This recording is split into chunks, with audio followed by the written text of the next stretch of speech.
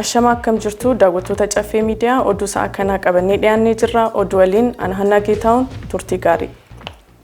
Waldaan dargaggoota Caffee hojii gamtaa waliigalaa ayyaana qillee bara 2018 wal qabatee qaala'insa gabaa akka hin mudanneef dhiyeessii gahaa ta'e uummata biraan gahuuf hojjechaa jira jedhamee gabaasa dabalataaf Abdiisaa Fiqaadu. Waldaan dargaggoota Caffee hojii gamtaa waliigalaa ayyaana qillee ji'a tokko booda kabajamu sababeeffachuudhaan qaala'insi gabaa galteewwan nyaataaf oolan irratti akka hin mudanneef qophii taasisaa jiraachuu hundeessaa fi hoogganaa waldaa dargaggoota Caffee hojii gamtaa waliigalaa obbo Sanyii Daashuu dubbatan. Akka obbo Sanyiin jedhanitti magaalaa Shaggarii fi Finfinnee keessatti baazaarii qopheessuudhaan horii qalmaaf oolanii fi bu'aalee beelladootaa akkasumas oomishaalee qonnaa gatii madaalawaa ta'een dhiyeessuuf hojjechaa jirra jedhaniiru. Wanta ayyaanaaf barbaachisan hundasa magaalaa Shaggarittis Finfinnee irrattis baazaarii adda addaa dursinee bal'inaan banuudhaan sirriitti tajaajila fi akkasumas kanuma barame ni gaggeessina jenneeti kan wanni jennuun. Qophiin keenya hoolota, lukkuu, hanqaaquu, sangoolee wantoota adda addaa kuduraaf muduraa wanta ayyaanaaf barbaachisan hundasa kanaaf aga danda'ama ta'een ayyaana qilleedhaan sirriitti itti qophoofneeti kan deemaa jirru jechaadha. Itti dabaluudhaanis qaamota bu'aa hin malle argachuudhaaf osoo oomishni jiruu dhoksuudhaan uummata burjaajessan dursinee hawaasa irraa qolachuuf ni hojjannas jedhaniiru. Oomishni utuu hin dhiphatin oomisha dhiphisuun otoo wanti hunduu qaala'insa oduu hin jiraatin qaala'insa dhuumu isa san dursinee hawaasa keenya irraa qolachuun to'achuun waldaa dargaggoota Caffee hojii gamtaa waliigalaati. Amma gaheessa beekama gahee leenca gurraacha taphannaa garuu waldaalee kaanis walitti qindeessinee wal qabannee itti deemna jechaadha. Akkaataa dhiyeessii oomishaalee baazaarii ayyaana qillee irratti yaada kan kennan obbo Sanyiin miseensotni keenya kallattiidhaan oomisha isaanii baazaarii kana irratti dhiyeeffatanii fayyadamoo akka ta'aniif haala mijeessuudhaaf irratti hojjetamaa jiras jedhaniiru. Oomishisnee miseensota keenya qindeessinee oomisha miseensa keenya irraa finnee iddoo magaazanaa qopheessinee fi suuqii qabnu irraa kenninee fi akka dhiyeeffateetoo innumtu akka fayyadamu kallattii gochuudhaan kamtu salphata kan jedhu san irratti itti deemaa jirra jechaadha. Kanaafuu asumaas ittiin qophoofna adeemsa irratti immoo itti dhiyaannee kan waliin oomisha irrattis dhaabbannee kan sofnuu fi kan hawaasa keenya beeksisnu ta'a jechaadha.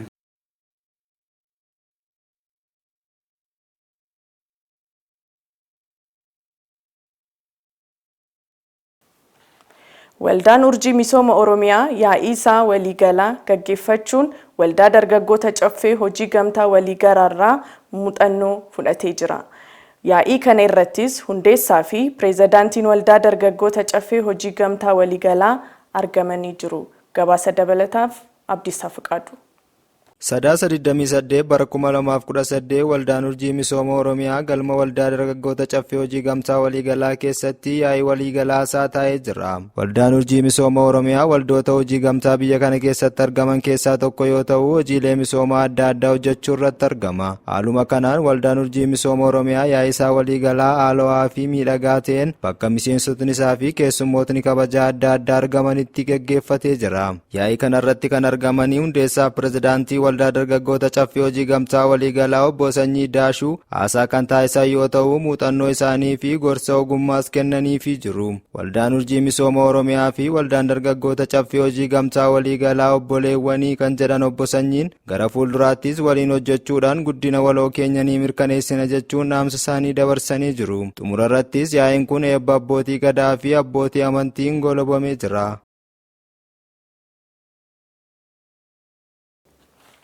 Waldaan dargaggoota Caffee hojii gamtaa waliigalaa giddugala horsiisa lukkuu fi loonii qabu irratti xiyyeeffannoo kennuudhaan oomisha killee fi aannanii qulqullina isaa eeggate dabaluuf hojjechaa jira jedhame.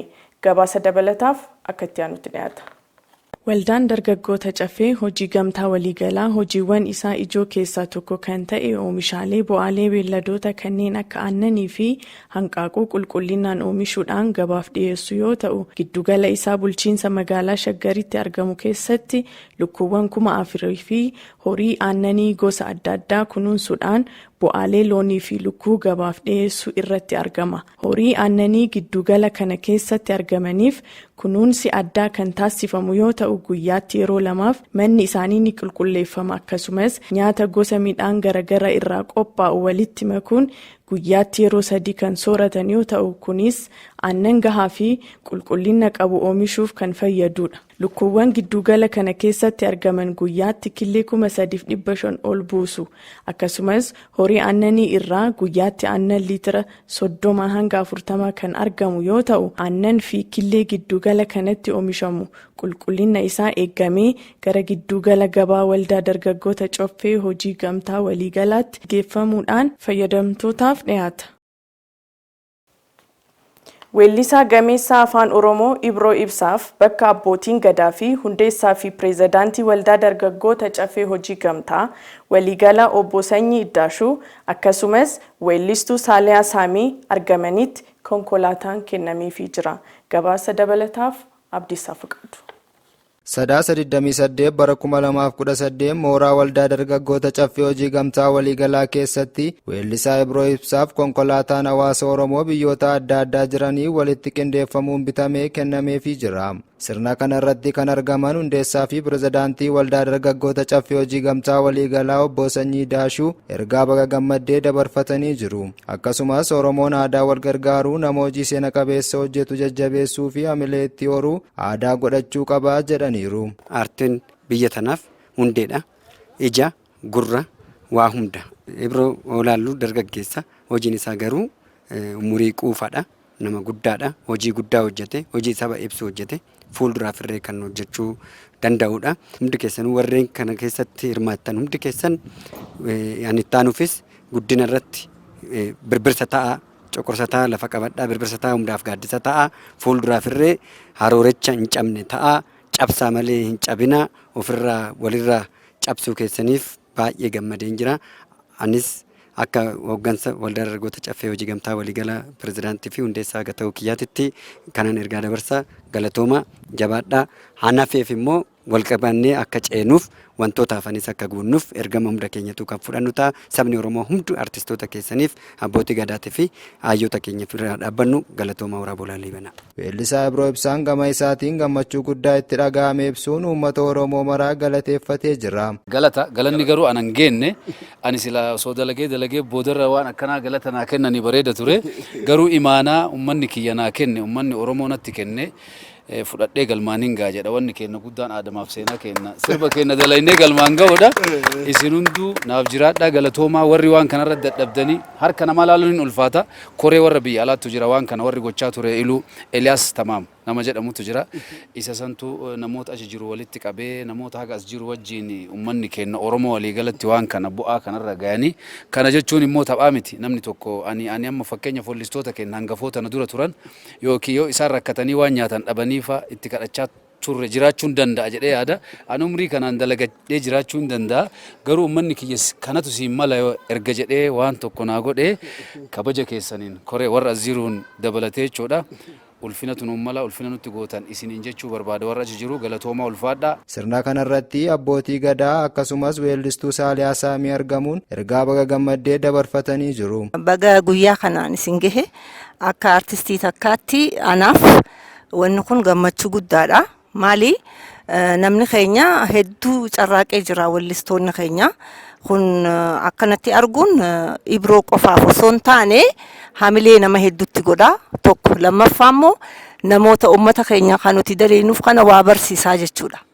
Kanaaf weellisaan tokko yeroo baay'ee waan akkanaa hojjetee sirboota hojjetee uummata isaatiif gumaachee hawaasni isaa immoo maal godhuufii qabnaa jedhee yeroo waan akkanaa godhu hamilee cimaa warran nu duuba jiranis ka dhufaa jiruufillee abdiitti horaa asumaanuu uummata keenyaan galatoomaa jennaani warra nu cinaa dhaabbattan nu gargaartan wallistoota ciccimoo amma lafaa dhufus hedduutu jira hamileen kun isinitti haa baru gaafa duune qofa qabrii walirra dhaabbannee booyuu miti namni osoo jiru waa walii godhu baruu qaba qabrii irra geessanii ililli namaa kaayuu dura ililluma sanuu wanni gatii miti yaaduudha nama kannuun osoo namni lubbuun jiru wal gammachiisu jechuun waan guddaadha isinitti haa baru galatooma ibroodhaan immoo congratulations baga gammaddeen siinjaa weellisaan Ibroo Ibsaa sirboota isaaniin deemaa walloo hin sodaatin malee akkasumas sirba isaa dhiyeenya kanaa kaamolee jedhuun kan jaalatamummaa guddaa argatedha. Kaamolee waaressanii buna wal waamu ollaa firrini ciisa goraati tolchaa wal jala seenna cimee qorrini yuuba xaddoodha yattee feetu ginnaa dagalee dabsitee ejjattu deemsa toltaa kaamoo walaa boharsii oduuwwan sa'aatii kanaaf qabannee dhiyaanne kana fakkaatu ture qophiiwwan caffee miidiyaa biroo waliin turtii gaarii